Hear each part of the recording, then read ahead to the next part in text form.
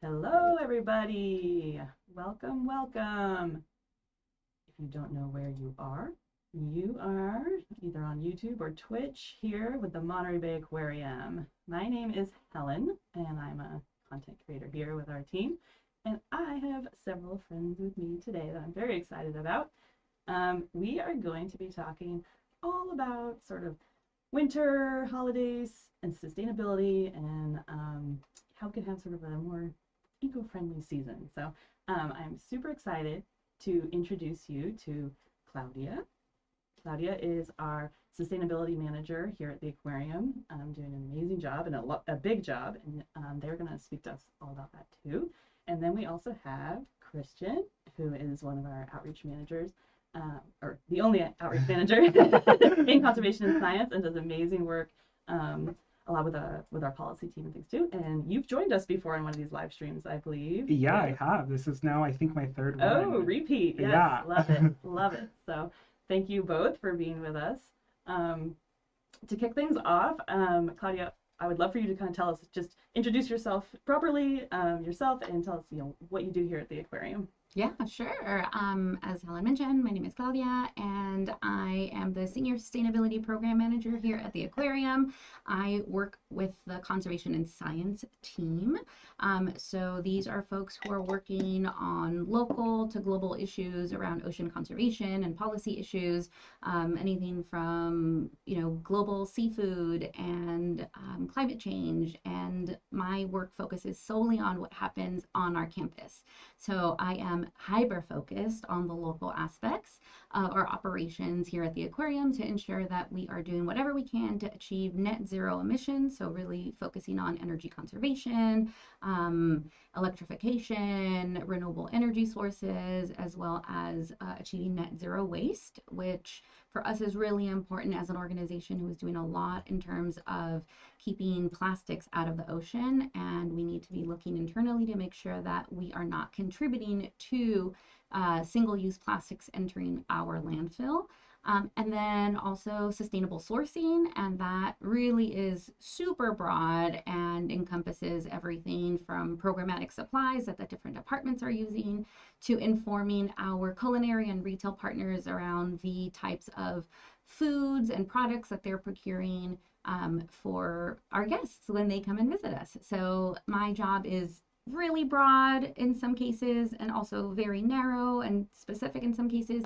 And the part that I love the most is that I get to talk about sustainability all the time with our staff and make a connection to what you're doing here at the aquarium when you are on site and when you're working, and how that can transfer over to what you do in your home life and what you can do in your community and what community resources are available when you are outside of the aquarium. So that's just in a nutshell a little bit about what I do. I mean, I think it's amazing when you really think about like the aquarium. Like, there's so much going on, right? And we have, you know, a large building. We have many animals, which requires pumping water and chilling water and running the building. We have a restaurant on site. We've got, you know, like there's so many things going on, and you have a sort of have a say in, you know, helping make those systems as sustainable as possible. So Yeah, and the part that's really sometimes a little stress inducing is it's not just our building and the main aquarium, which is what most of folks who come and visit the aquarium see, but it's all of the other buildings that we have that are part of our campus footprint. We have buildings in 3 different zip codes and who are managed by 2 different waste haulers. So it's really complicated at times, a little bit of a headache, but you know, that's just, we're a huge campus. We're really, really lucky that we have so many folks that are working here and who are participating in spreading that mission around ocean conservation to so many folks. But it is a big scope of work, and it is something that we do because we believe it's important for us to be walking that talk, and for folks to know that we're not just talking about conservation issues as a business, and as an organization who isn't doing those things and putting it into practice. So it's really important that we are demonstrating that commitment to sustainability as an organization. yeah. Can I ask how long you've been at the aquarium? A million years since the beginning of time. This is true. Now, I have been at the aquarium for 18 years. Is that right? I think since 2006. Yeah, so 18 years. I started straight out of college and did lots of different things here, and landed in my role back in 2017 working in conservation and science. Yeah. Mm-hmm. I'm guessing that sustainability has come a long way at the aquarium over that time period. Holy smokes. So there are people who have been here since like literally the beginning of the aquarium. And so they have shared with me like paper documents of like, look, this is when we just started to get recycling. Here's a memo of how we communicated this information. And I was like, whoa, that's amazing. Like, if I had a scrapbook, that would be really cool. But yeah, a lot of our sustainability work really was driven by our staff and our staff saying, hey, we're all about ocean conservation. How come we're not recycling? And this was back in the 80s, right? Why aren't we recycling? How come we are purchasing things that we can get locally instead of from, you know, a vendor or a distributor that is across the country? And so a lot of sustainability and the way in which it has morphed, especially in the time that I have been overseeing this scope of work, has gone from let's do as little harm as we can to the environment to yes, and let's make sure that communities and businesses that are local are also helping us achieve that goal. So working with local vendors and businesses, and I think that is a story that you can see in the aquarium through our cafe and our culinary commitments by working with companies who are producing salt that is here in Big Sur, and also for example, one of my favorite stories that I just learned about was we do serve sustainable seafood in our cafe, and the skin of the fish that we no longer, or that, you know, doesn't get served to our guests, it gets set aside and it goes to a very local pet food company so that they can turn it into treats. And so it's just really amazing that there's so much creativity around sustainability now that we have made relationships and partnerships with companies around the area who are also looking to do less harm while increasing, you know, their commitment to the community. Yeah. That's amazing. Yeah. Awesome. And do you have a question now? Oh yeah. Well, I was gonna say that. I mean, I'm obviously a big Claudia fan here, but it sounds like from your journey at the aquarium for a couple of years or so many years, you've really had the opportunity to see different aspects of the organization. And so I think you're like, obviously, in my eyes, the best person to be doing this work, because you know what other operations look like at other parts of the aquarium, which I think helps a lot, right? Yeah, absolutely. So when I first joined the aquarium, I worked in the education division, and I just loved every minute of it. And my background really is in marine and coastal ecology. I thought I was going to be basically like a field biologist and like go in the tide pools and do population assessments and just spend my time outdoors. And I fell into informal science education. I just fell into well, not like fell into, but like more like fell in love with talking to people about conservation, especially ocean conservation. And that's where the connection to the education department really spoke to me, and wanting to ensure that the folks who were coming to the aquarium had an opportunity to think about their connection and their role around ocean conservation. So I worked with high school students for a long time. I worked at their high school. I had an office there, and we had a really great after school program where they would learn all about their watershed. They would do a cool conservation project, and then we had like a symposium at the end of the school year. I also led a middle school science camp during the summer. I worked with teachers and did community science with them. And really, what it allowed me to do was better understand that part of what I really enjoy is taking these concepts around ocean conservation and environmental sustainability and all that stuff that felt like it was part of my identity, and sharing that with them in a way that made it so that the door was open so that they can join me and not feel intimidated because they're like, oh, well, but I use water bottles and you know, I can't be that person. And it's like, that's fine. I mean, now you know, and you have an opportunity. If you want to have a reusable water bottle, if that works for you, go for it. If not, find something else that works for you.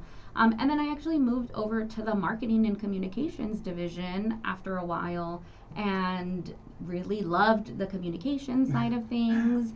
And I've been really lucky that my entire time, basically, since being at the aquarium, I've been able to do a lot of this work in English and Espanol. So my bilingualism comes into play, and that's been amazing and super fun. And I've moonlighted also in other departments. For example, our guest experience department, I would go into the penguin exhibit and do like El Programa de los Pingüinos and talk about the penguins and do all that kind of stuff. So I've done a lot of different things, and I'm very fortunate that I have, because it does make me feel like I'm a little bit more aware of everything that happens within our organization, making those connections with our team members, and also now as it comes to sustainability and that scope of work, it's really about like, hey, I know what you're going through because I was in those shoes, Exactly. and here's where I see an opportunity. How can we work together? And a lot of times when you think about helping somebody try to start their environmental journey or come up with their own environmental identity, it has to be with trust in mind, so that somebody doesn't feel turned off to the idea because they might think that they're not good enough, or that they're not worthy of identifying as an environmentalist or whatever it might be. So relationship building is really, really important in this line of work. Yeah. Well, I love what you were saying, specifically, you know, working with the students and sort of making it okay, and you know, whatever path you take to becoming a little bit more sustainable in your daily life. Like, I think that is so important, and I think it also super keys in on what you're going to share with us here today, right? You know, thinking about the holidays, I was thinking this morning before this, I was like, you know, sometimes it's like so stressful, right? Yep. And often, you know, the stereotypical like run around, and there's parties, and there's, you know, if you're, you know, doing the whole gift giving and everything, like it can be a lot, and there's not only a lot of consumerism, a lot of waste, unfortunately, but also a lot of stress, right? And I was thinking, you know, like, there are some simple ways that you can not only be more eco-friendly, but also I think it's like way more, way less stressful, right? Like, you can craft, you can have like some Mm-hmm. downtime. It's simpler, and I think it also, in my experience anyway, like also is a lot more about connecting with people, Yes. right? Just spending time with people that you care about, and which is really, I think, what we all are striving for. So anyway, that was just some thoughts I had this morning. And I don't know if you have any thoughts about sort of like this time of year and just like.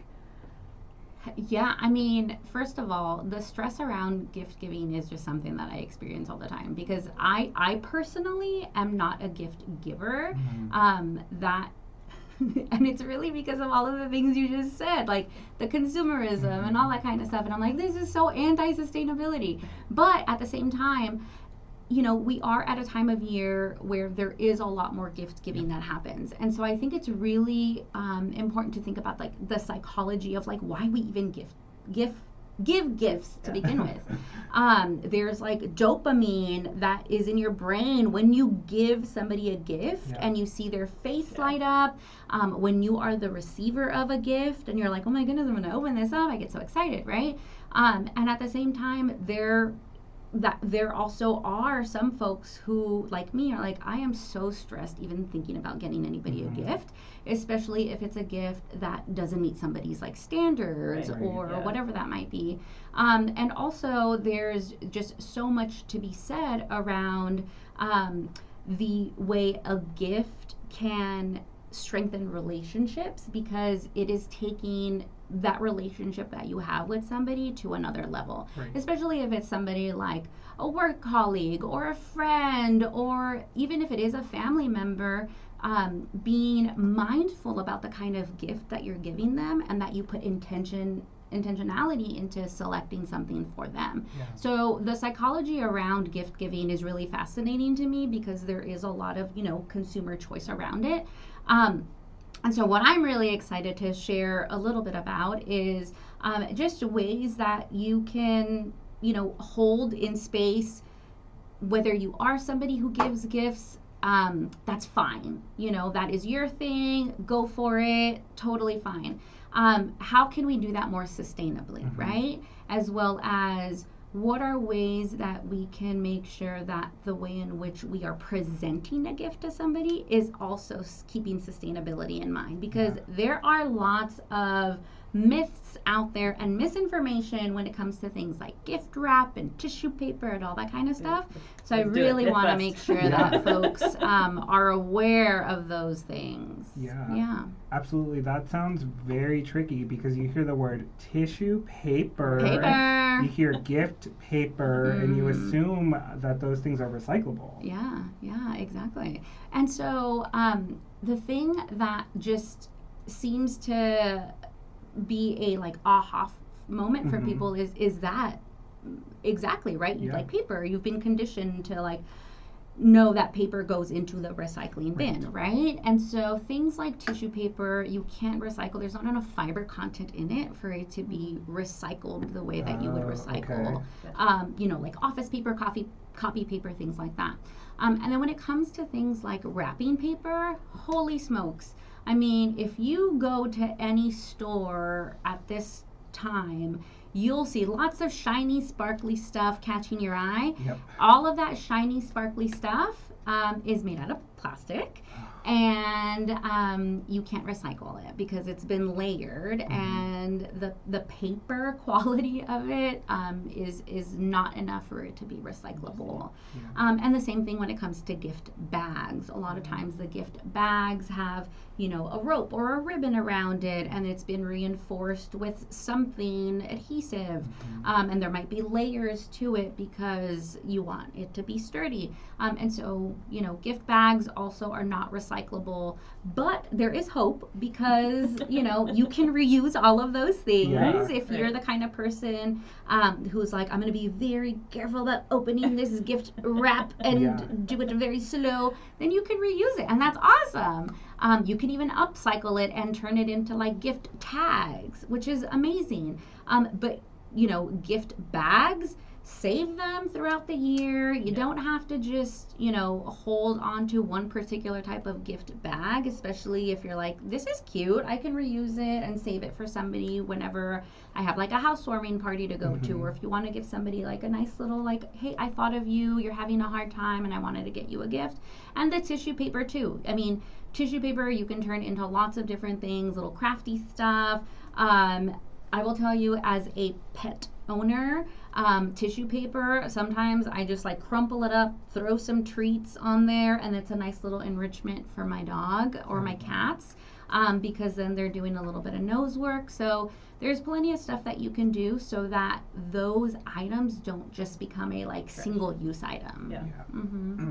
Okay, how about what are some good alternatives if we don't want to go the wrapping paper or gift bag or... Yeah, well, I brought some alternatives here, and I've actually used some of these things in the past. I brought a just cute little dish towel that has some wintry kind of pine trees as something that you can use to wrap a gift with. I also brought some handkerchiefs. And what I love about this is you can buy these at a thrift store, or if you have these things already that you're like, I don't use any of this stuff and I don't wear any of this stuff, then use it as gift wrap. I'm definitely gonna look like a crazy bird nerd right now because two of my handkerchiefs have bird motifs on them. So Cristian, can I see this blue book for a second?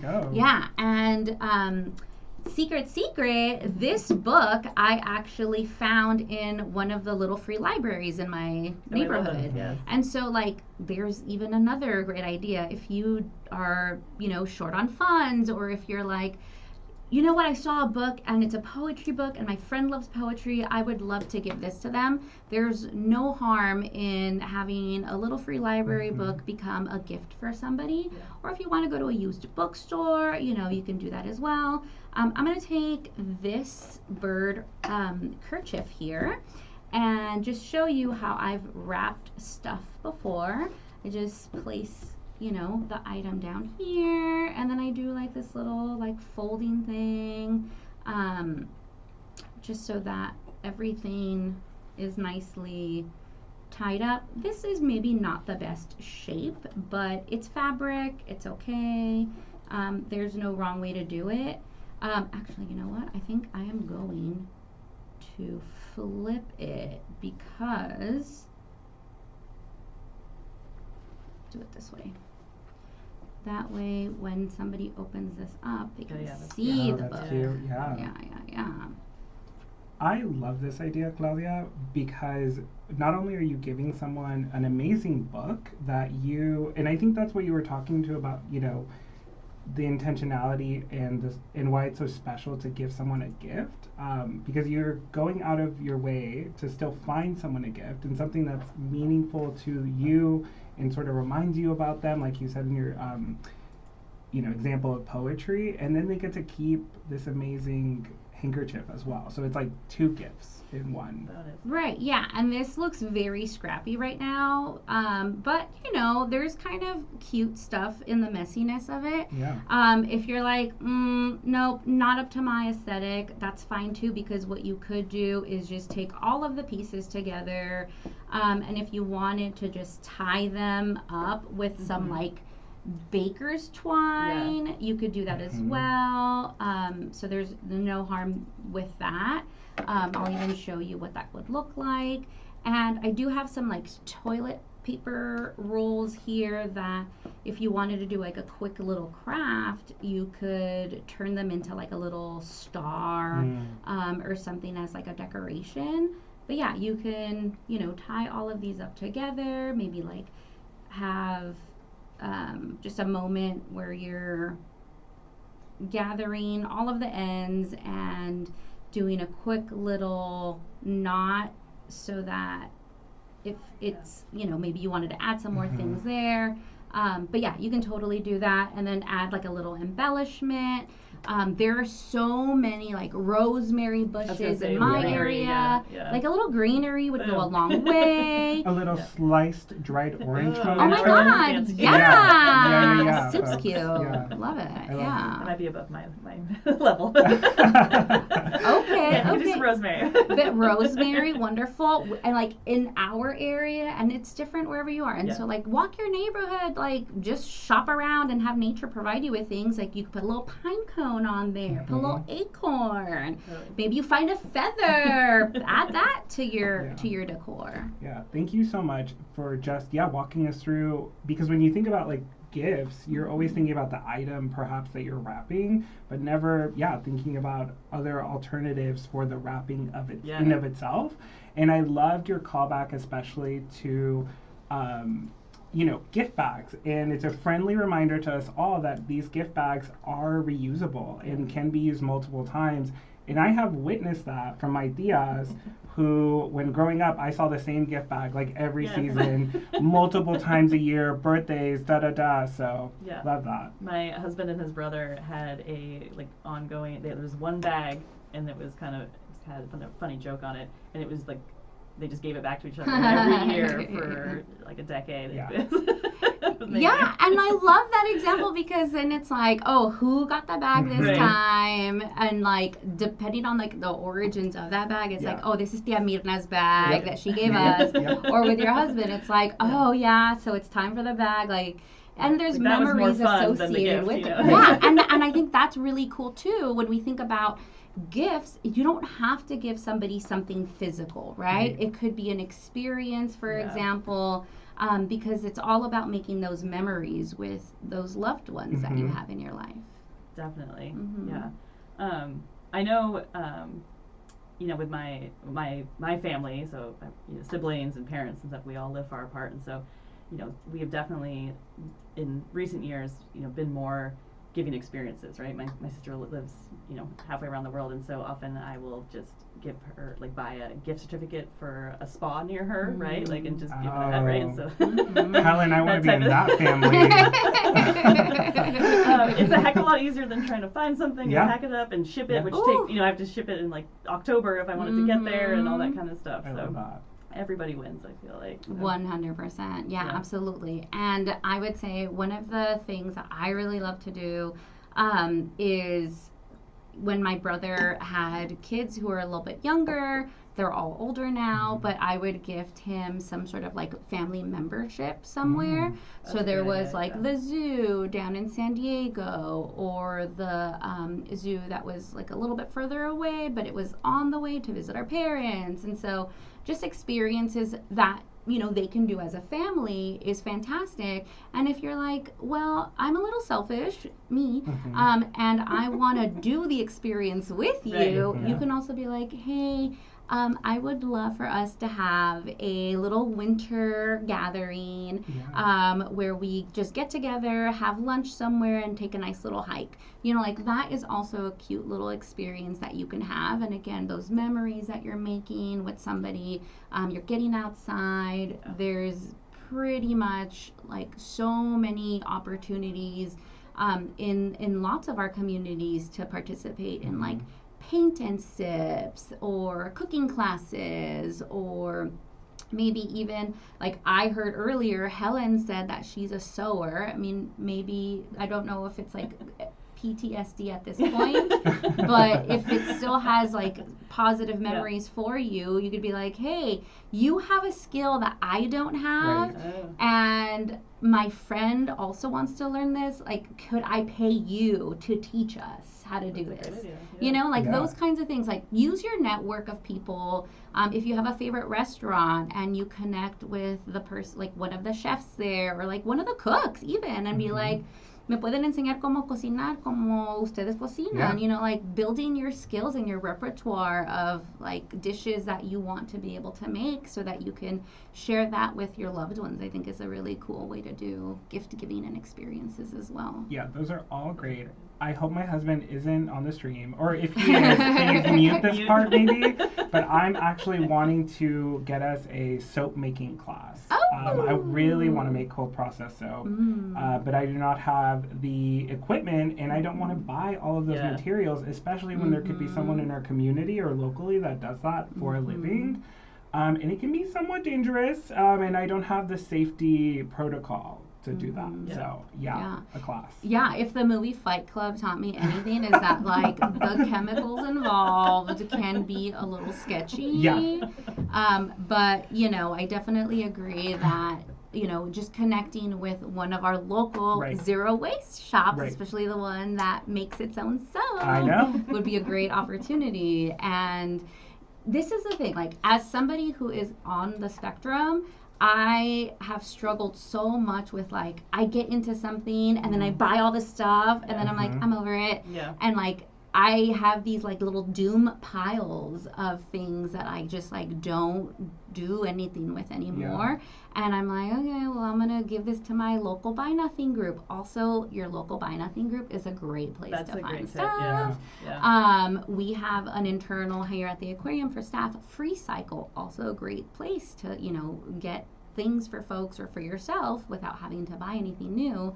But yeah, I mean, I'm like, okay, I have all of these piles of things for a craft that was interesting to me for like 2 days, and you don't want to do that, right? Like, invest all of your money. I mean, you can do whatever you want with your adult money, but if you don't have the space for it, it's so much better to, like, just take a class, have somebody tell you what to do, and then maybe think about investing in the equipment. Yeah. And so much fun too, right? Like, let's go do something neither of us know how to do, and that's that would be awesome. Yeah. And to Claudia's point, like, some of the chemicals involved in making soap, you know, wrong spoon can lead to a disaster in the home. So I leave it to professionals. 100% agree. Well, and I haven't done this, but I was thinking too, you know, if you had like a group of friends and maybe you aren't all in the same area, I know that there are, you know, things online where you can take live classes, right? So you could maybe, you know, if you can't get together for the holidays but you want to do something, you know, maybe it's like we all do this experience together, and you know, and I'm sure there's endless, you know, whether it's cheese tasting or this, or, you know, cooking or sewing or whatever it is, like whatever you're 100%. into. Yeah, you know, a really great place to find that kind of stuff is just go onto Eventbrite and see what is happening. Like, today I came across a plant-based cheese making course that is for free. Whether it's, and they have an in-person and a virtual option. Very cool. And so, like, that would be super cool to do, you know, especially if you have some friends who are like, oh, well, I want to start to make my own cheese, whether it's, you know, because of dietary restrictions or because you just want to incorporate a little bit more, you know, plant-based into your diet because it's better for the environment, you know, whatever it might be. I think it's really great when you hear from your friends and your loved ones, like, what is of interest to them, rather than, like, pushing your agenda onto people. Like, that does not work. And I will tell you, I've had several, like, sobs where I will get my parents things like a reusable bag or a reusable water bottle, and then I just like see it on a shelf and I'm like, you don't use it, you act like it is, you know, made out of gold. I'm like, the point is for you to use it and to get dents in it and to make it get moldy, like, use it. So you want to definitely pick up on those cues from your friends. If they're like, hey, you know, I really want to try this thing, and it's like, done. Make it happen. Love it. Love it. All right. What else do we have out here on the table? I see all sorts of fun materials. Yeah, you know, another thing that I had here, again, looking like a big old bird nerd, I have a Audubon magazine that just has really beautiful photos in it. And so I was thinking, you know, these could be really cool ways to, like, cut some images out and either take can I see one of those wrapping papers, like absolutely. Just reusable, you know, paper that comes with your shipping boxes. And if you wanted to wrap your gift with this kind of paper, because this paper is recyclable, then you can, you know, take some of these really pretty images and maybe add it to the outside of your paper just with a little piece of glue. Just a little bit goes a long way, and that can come off and have it be recycled. But there's like lots of really cool stuff that comes in your magazines. Like, look how pretty this is. This would be like such a nice little image that you can put on a piece of paper that you're gonna wrap stuff in. So I had that as some examples. Don't look at my address. And I also had on here on this table. I was wondering if you wanted to do a little craft with me. I would love You would to love craft. to? Okay, I see you have your materials already, Cristian. So as I mentioned earlier, one of my identities is that I am a pet owner. I have 2 cats and a dog, and this is an activity that a friend over at nope, I can't remember which zoo it is now because my brain is scared.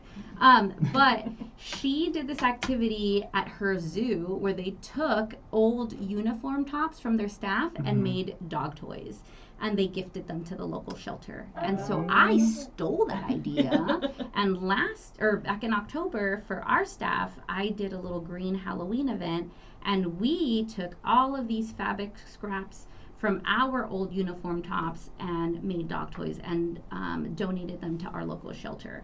And so what you're going to want to do is you're basically going to make a braid. Do y'all know how to make a braid? Yes. So we're taking we have 3 long pieces. Yes. Okay, all the 3 same length. long Uh-huh. pieces. And then you've got 2 shorter two ones. shorter ones. Okay, so we're taking Yeah. 3. So you're going to take the shorter one and put it at the bottom. Okay. And then under the Gotcha. 3 long ones. Yeah. Okay. And so then what you're going to do is you're going to make a little tie, like a little knot at the end, because this is what's going to hold your 3 strips, and maybe do like a double knot. Okay, so you should have something that looks like a 3 tentacled thing. Oh, love it. Yes. Yes. Okay, cool. And so then now what you do is you just start braiding one over the other. And this is just a t-shirt that you cut up. Yeah, this is an old uniform top from our staff. So this was a polo, and I will just give you a few like environmental tips that you want to make sure that if you do this with like an old t-shirt, that you have that you're using 100% cotton, Okay. because we want to make sure that our pets and our animals are not breathing in any or ingesting any microplastics from any synthetic materials. So we are very lucky in that our uniform tops are made out of 100% cotton. And then you can just see I'm making a braid, and you just do this all the way down. And I did some quick cuts of the uniform top, so I just wanted it to be kind of a quick craft to do a little demo. But I would recommend, depending on like the dog in your life, maybe you do longer strips. So what we donated to the shelter were longer ones and thicker ones. And then when you're done at the bottom, you're going to take that last small strip that you have and then do another double knot at the bottom just to secure the braid. Oh, I love this. And now it becomes a nice little like dog toy, like rope toy thing for a doggo. This would be like a nice little like maybe Shih Tzu sized dog. Or cats. I I think I'm gonna Yeah. try my luck tonight with one of my our cats today and see how that Okay, goes. yeah. I'll circle back, chat. Don't worry. Love it. And one of the things that you can do too, if you have a dog, for example, that loves tennis balls, sometimes tennis balls can be really bad for their teeth. You could always wrap the tennis ball in the cotton and then do the braid. That way it kind of helps their teeth not get too worn down by like the abrasiveness of the tennis ball. But yeah, there's one craft here for a pet, and then I have another one. Oh my goodness. With these toilet paper rolls. You got one there, Christian? Okay, so what I was thinking, I've never done this one, but I just like in my brain it made sense. So maybe we'll try it out. I know there's a pair of scissors over there. We might need another pair. But I was just thinking of cutting maybe some like little triangles like this. Okay. Just to make some little openings. And maybe like 3 or 4 or 2, however you're feeling. Maybe make some like smaller ones. And then what I would do, again, in my brain this made sense, is just fold over the bottom to try to close it up.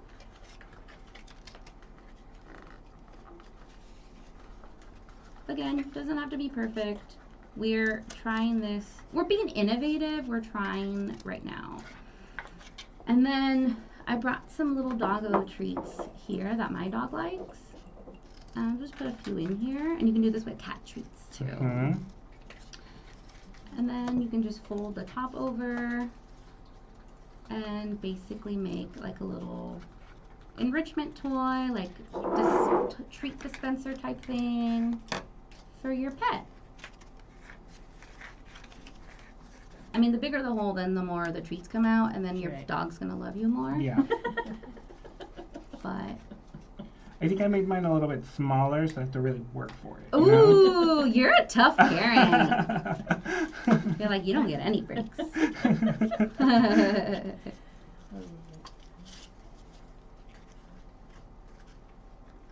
Yeah, so, you know, a lot of times when it's the holidays, you see that theme going also and extending into pet stores, and a lot of that stuff is made out of synthetic material. And a lot of times when things are produced for a holiday, it's kind of like it's made for a moment, kind of like when you think about fast fashion. And so they're not meant to be durable.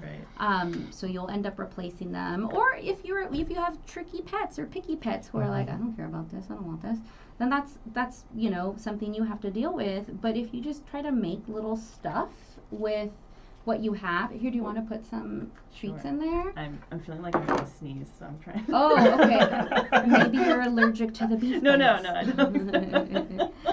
It's not it. I'm just like, don't want to sneeze on the microphone for everybody. Yeah.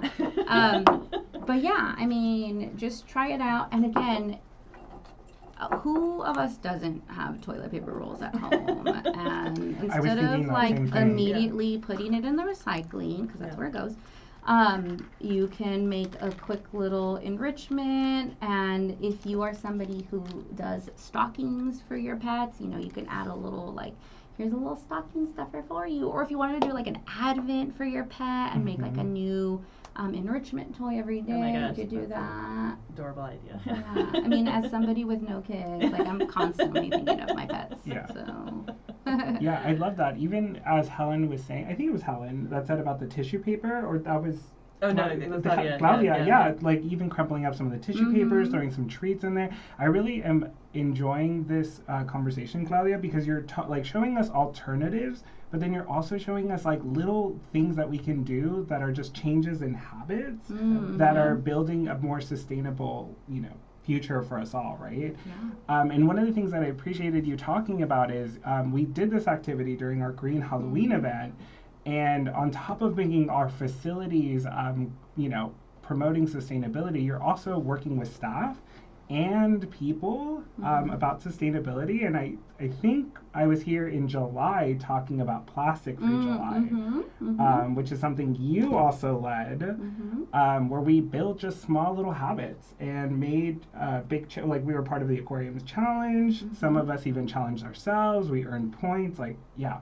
Love it. You do so much. Oh, thanks. Yes, I love what I do a lot, and like I said, I just feel really fortunate that part of my job is engaging with all of our staff and our volunteers around sustainability, because you are the ones that are making it happen. I mean, yeah, I do a lot of data, analysis and make a lot of recommendations for the organization, but it's also really important for everybody to understand what their role is in helping to promote sustainability at the aquarium, so that it feels as though this is something that we're all doing together and it's not just led by one person. Yeah. I'm just the champion. Champion. I think we have a question in the chat. Is there a way to decorate something outside that is friendly for animals? Like if you wanted to decorate a tree outside your house, is there something that you can make an ornament out of that would not be bad? I'm guessing for like the wildlife is what the question is. Yeah. Ooh, I love this question because I feel as though there's probably a lot of knowledge already that you hold in terms of what you would see as something that would be good or bad in your neighborhood. So where I live is very different what I see, like just even a few streets down, because we do tend to have these little tiny like micro environments in our neighborhoods. Some neighborhoods have a lot of trees, some don't. Mine, for example, doesn't have a lot of trees on my street, but if I just walk one block, I see a ton of trees. And so if you happen to have a tree outside that you would like to decorate, what I would recommend is something that is just made out of natural materials. Whether you wanted to decorate with some pine cones, or if you wanted to decorate with like acorns, things that maybe fall on the ground already, that you wanted to string up with some like twine and something natural that is made out of cotton, like this baker's twine as well. But you can also do things with materials that are going to break down, like toilet paper roll, because it's made out of cardboard. And what's nice about cardboard and toilet paper rolls is that if it gets wet or if it gets damp, like here in our area, it gets really foggy and kind of wet and everything gets just kind of soaked. This will somewhat retain its shape. It's not going to just like degrade and turn into paper mush right away. But here's something that I saw online where you took some toilet paper roll, like a toilet paper roll, and then you just cut out these little like strips and made like a little star. So I'm not sure if you can see that here. Oh, here, let me move this a little bit so you can see a little bit better. But like this cute little star, if you added some, just again, like a little drop of glue and held those pieces together, you could maybe do like some paper clips just to hold it to make sure that the glue stays. And then you can tie this up with a little string, and that could be a nice decoration that you put out. What I would say is try to avoid things like glitter. Glitter is so bad of your upcycle decoration, just because they can be ingested, and we don't want any animals to get sick or even worse because of something that brought joy to us for like 2 seconds. Yeah, I love that, the ornament bird feeder. I think that was such a cute idea. Yeah, and then we can circle back to the sliced oranges that are dried, on some twine. Back to the sliced oranges that are dried, on some twine, kind of up. 100%. Yes. Oh my gosh. Okay, there are people of a certain demographic. And so there are these really cute ways and instructions where you can just take an orange, which, a lot of times it's easy to find in the grocery store, and make thin-ish slices. And if you have a toaster oven or just like a regular convection oven or an air fryer, just find the instructions online, and you can dry those orange slices. Again, use something like a baker's twine and hang it all together to create like a cute little garland, and you can decorate your tree outside with that. That would be really nice. Again, I'm gonna bring back the rosemary, do that. Cinnamon sticks are also really wonderful. And cinnamon is a nice way to also keep certain insects at bay. If maybe you have a lot of like standing water and there's a lot of, little critters around that you don't want buzzing in your face, that could be a really nice way to just like have a natural pest deterrent. But yeah, lots of different ideas. And again, I'm going to bring back the acorn as well. Just string up a little piece of twine to the tops of the acorn, and that could make a really cute garland. So you just have to go out into your neighborhood, see what nature has blessed you with on the ground, and just do a little scavenging. Yeah. And making sure, again, that we are only scavenging in our neighborhoods and not in places like parks, state parks, national parks, because we're not supposed to take things from those areas, as well as places like, marine sanctuaries and things like that. Absolutely. Yes. Awesome. I'm going to ask our audience if they have any last questions or your own sustainable gift ideas or holiday ideas, things that you do. Drop them in the chat. We want to see them. This has been amazing. We only have a couple minutes left, so we don't have time to get into this, but it made me, I was thinking when you were describing all those like delicious ingredients and things, one thing we didn't really touch on was like like DIY gifts, and like I see the glass jars here, and I always, I've gotten like soup in a jar or hot chocolate mixes it with a jar, and they're so cute, right? They're so simple. And everybody loves them, and then you don't have, it's like it's not taking up space in your house and all that kind of stuff too. So that's another great 100%. And I know that like if you have some friends who are also crafty and you want to go in and do that kind of stuff together and like split the cost of making all those things, you can have like a big old party to make that for family members. And then like one of the things that I really love is when people who are blessed with talents give me those talents as gifts. Like if there's like a baker in my life and they make something really delicious and put it in like a jar, I'm looking at you, yes I am. Or somebody who's like, I love making candy, caramels, like oh my gosh, amazing. So there's so many really cool ways that you can, if that is your thing and that's a way that you show love and appreciation to someone, I think people just feel that sense of love transferred into the object and the gift that you made. Yes, 100% I agree.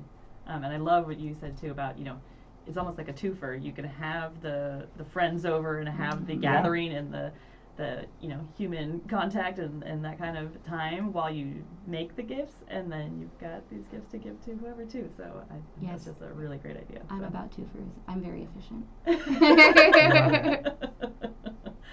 Love it. Well, this is going to be a wrap, a sustainable fabric wrap on our chat here today. Thank you so much, Claudia. You are a wealth of information. Just blows my mind. So many great ideas, simple ideas, all about making life better for both the planet and for us, all here together. And thank you, Cristian. You are always so welcome and just so joyful to have you here. So we appreciate it. Is there any last things either of you want to say, just in general, or about this topic here today to our lovely listeners here? I guess the only thing I would say is if you aren't already part of our Ocean Action e-news, I have a lot of fun putting together those sustainability tips in the e-news. So check it out and subscribe. But other than that, thank you so much for having me. I had a lot of fun. Super plug. That if you aren't subscribed, that is our conservation-focused email. It goes out 4 times a year. All 3 of us contribute to that, amongst other people. But Claudia does lead. There's a special section there all about sustainability tips that you can integrate easily into your life. Just so it's a win. I think one of my trusty colleagues is going to drop the link in the chat for you. Maybe. Thank you. Thank you. Yeah. Cristian? Oh, I look forward to this holiday season to receive this wrapping in my gift from Claudia. So thank you. Sneak peek. Sneak. I love it. Awesome. Well, again, thank you so much. Thank you, everybody out there, for tuning in and spending your precious Thursday afternoon with us. Wishing you a great week, month, and end of the year. We all have mixed feelings about that, probably.